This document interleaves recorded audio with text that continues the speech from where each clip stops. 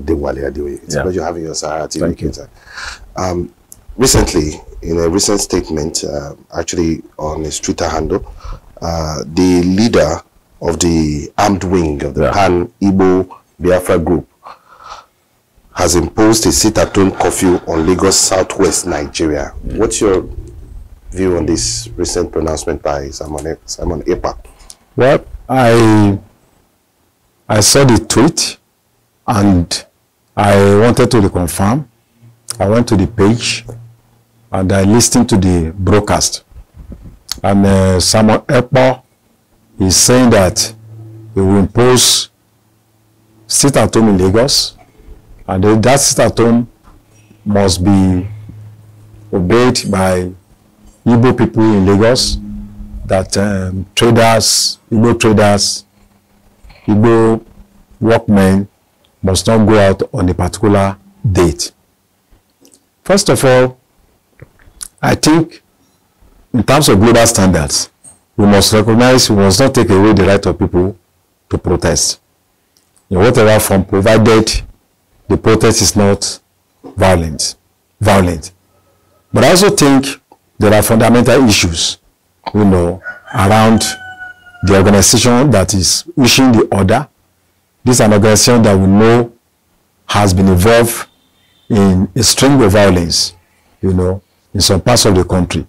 So there is genuine cause for worry when such an organization is saying that it will impose a sit-at-home in Lagos. And I also listened to him. He was saying that he will mobilize members of Eastern Nigeria Security Network to enforce that sit-at-home to protect the Igbo people in Lagos. But I think as journalists, we should not be carried away by symptoms. We should rather be also concerned about the disease itself. And I think what we are seeing is that Nigeria as a country is shrinking. State institutions are shrinking, and it is producing the beast in all men and women. There is no man that hasn't got his own beast instinct. When people are pushed to the wall, they come out with all sort of rash decisions, rash actions in order to express themselves. We should not forget that we fought a civil war, that ended in 1970. The question we should ask ourselves, is, have we been able to resolve the national question? When Nigeria was brought together in 1914, was it out of the free will and aspirations of all the ethnic groups in Nigeria? Even when the three regions were created in the 1950s, were the people duly consulted? Did they actually take a decision to be where they were posted? States were also created by military fiat. People are grouped into territories out of their own without consultation with them. So these things continue to breed a lot of violence across the country. And when we are talking about the fact that the country is shrinking, we have to take a look about the fact that a lot of people these days, they are not, I give you two examples. People are no longer interested in having their children go to school outside their own dominion. People who are born in Lagos, they want to raise their children in Lagos. They are afraid to send their children, for instance, to go and school in the east or to go and school in the north. People in the north are afraid to send their children to come and school in the south. People want to go to the nearest primary school to them, the nearest secondary school to them, the nearest university to them. So in a way, we are shrinking back into our primordial enclaves. And there are reasons for this. Because we just look at the problem of security. If I travel here from here to Abuja, how secure I am. And it's not individuals who are supposed to provide security. It is the function of the state. And also we are looking about in terms of providing social amenities, the essentials of life, food, clothing, and education, health. The state is failing in its responsibilities. In fact, what is happening is that we are shifting those responsibilities to individuals. For instance, people in House of Assembly, in the Senate, they are entitled to what they call constitutional allowance. They provide road, they provide water, they provide street light for the masses, they provide health, they pay school fees. So gradually, the citizens' loyalty is shifting away from the state to individuals. So when people have shift the alliance to individuals. And no, it means that the capacity of the state, the strength of the state, the grandeur, the strength, you know, the loyalty to the state will diminish.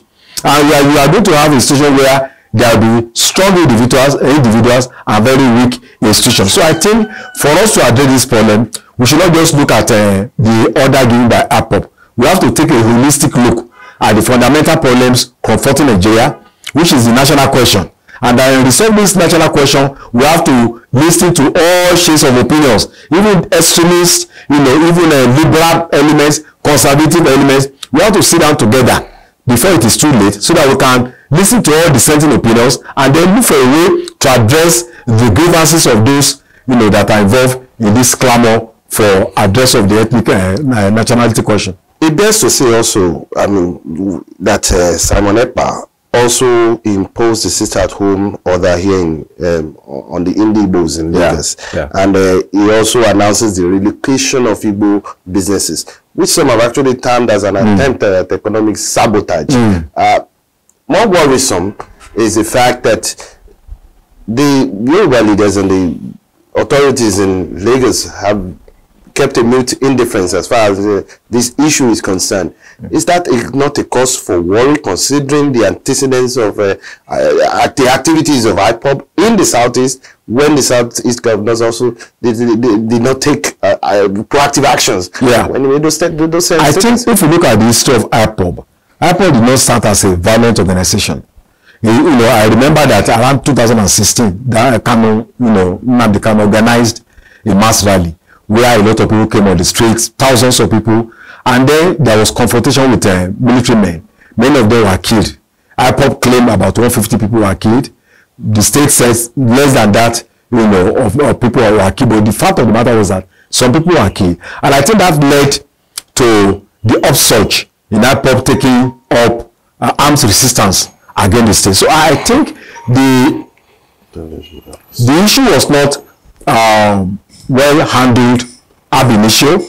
I think there is this concept that, you know, once an organization emerges and it asks questions about the structure of the state, about this is the question of power, you know, the solution should be to attack them, you know, to bring down the organization, to establish the organization, to clamor the organization, to ensure that the organization dies.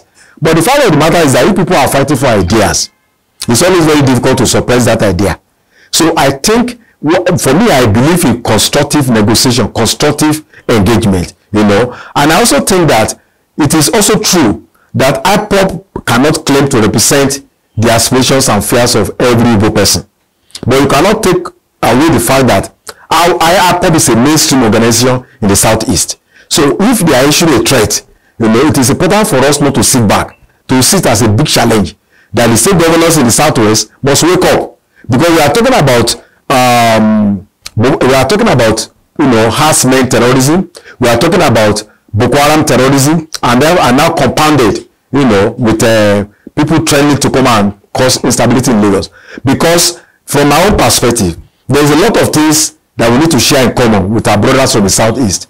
If you go to Lagos here, by the time you see about 5 houses, at least you see an Igbo man living there. Go to the market, you see an Igbo man, you see a Yoruba man. In the workplaces, in faith organizations, faith-based organizations, we are all there. We are so integrated. And I think there has been a kind of upsurge in intermarriages between Igbos and Yoruba in the past 3 decades. So we have to look at the strength. While some people like Ekpa may be emphasizing the weaknesses, for some of us we have to look at the strength. We have to look at the lowest common factor that binds us together, which is poverty, which is hunger, which is exclusion, which I think if you see any Igbo man on the street, unless he writes his name, you know, on his forehead, we won't know whether it's an Igbo man or it's a Yoruba man. Especially people that are from Ekiti, Ondo, all those areas. You hardly be able to distinguish whether they are Igbo or Yoruba people. So if there is violence, you know, at the end of the day, it's an easy way that to blow no one any good. So I think calling for sit-at-home in Lagos, for me, a lot of people will see it as overstepping their bounds, because Lagos is not an extension of Biafra. So, and if you want to call for sit-at-home, you have the legitimate right to do that in the Southeast. And I believe that in the next few hours, next few days, I believe the mainstream Igbo organizations will come out to speak against that request, you know, that people should stay at home, we are going to bring armed men to Lagos and all that. I think that's a call to anarchy. I will call on our people to be calm, to restrain themselves, and not to be carried away by the euphoria of speeches being made by Ekpa. You know, I believe we should continue to see ourselves as brothers, to see that we all want humanity, you know, that shares a lot of things in common, and we should not allow these divisive elements to polarize us. We should look for the lowest common factors that can unite us, so that we can come together as one unified energy to confront evil as, you know, human beings, not as you know, divided ethnic groups. And Yoruba people share in common, you know, that we can work together. Even when you are talking about the national question, if you are talking about restructuring, you know, a lot of Igbo people share this aspiration with their Yoruba brothers. So I think what is most important is for us to look for the middle course, where we can come together to challenge our common problems, you know, as one people. I believe even there is Biafra today and there is Oduduwa Republic, we still have a lot of things to share together. You know, look at the old Yugoslavia. I mean, USSR broke into about 12 nations. They still relate together in the area of sports, in the areas of economy, in the areas of culture. You know, a lot of them. In fact, there are a lot of Yoruba words that will find the same thing, you know, in the Igbo language. So a lot of things bind us together, and I think we have to look at our strength instead of emphasizing on our weaknesses. There are little or no compliance as far as this order is concerned in Lagos, but some have also, and in your comment earlier, you said that instead of us looking at the symptoms, we need to go deeper into the root causes of this. And considering there is questions have been raised about the legitimacy of him actually issuing such kind of threat, this had, you know, arisen due to the fact that there were those who are actually finding the embers of, you know, discord and, you know, ethnic discord prior to the elections, and what happened during the elections, especially the Lagos State gubernatorial elections, where Igbos are targeted. I mean, why are we not even addressing those core issues? Yeah, well, you see, there are always fringe elements in every society. But you have to look at the fundamentals. What happened in the presidential election was that Peter Obi won Lagos. And I don't think those votes were from, you know, Igbo people alone. There are a lot of Yoruba people that voted for Peter Obi.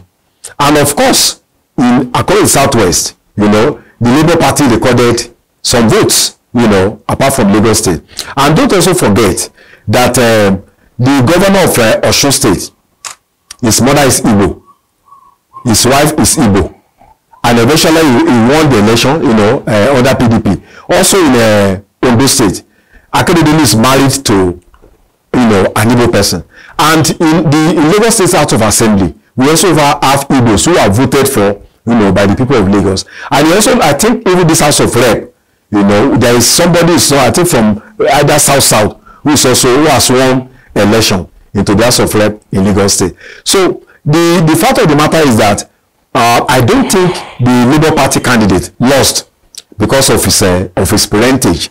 I think it has to do with the quality of his campaign team, you know, the messaging of his campaign team, the strategy of his campaign team, the media strategy of his campaign team, the campaign strategy of his campaign team. And I think those are the factors. And the fact that, you know, don't forget that when you have an incumbent governor who has been there for 4 years, and somebody wants to compete with him, who just came about 3 months ago, it's not going to be easy in terms of resources, in terms of networking, in terms of ability to galvanize, you know, the people to, you know, to come out to vote for a particular candidate. So it has not always been easy to defeat somebody who's in power. Don't forget that Adeoye contested several times, and you know, he had, you know, a lot of people came out to vote, and he has been there. You know, he was in ACN, he was in ACN. Eventually, he could not win. You know, not to talk about a new party, a new person who was really unknown in terms of, if you are talking about the history of Lagos in the past 20 years, nobody ever had that name.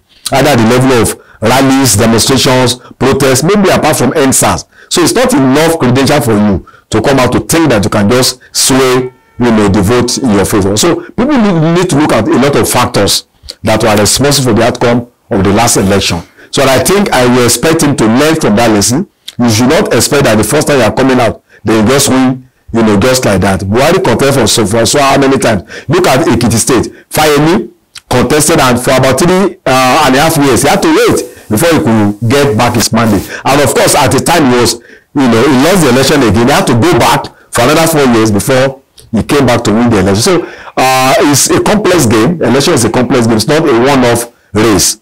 And if you want to build a good future, you need to be very careful in your utterances and the way you handle the initial failure, the initial setback, for you to be able to bounce back, you know, to, you know, win the heart of the people. Mr. Adewale, Adeoye, thank you so much. Yeah, thank you. Thank you.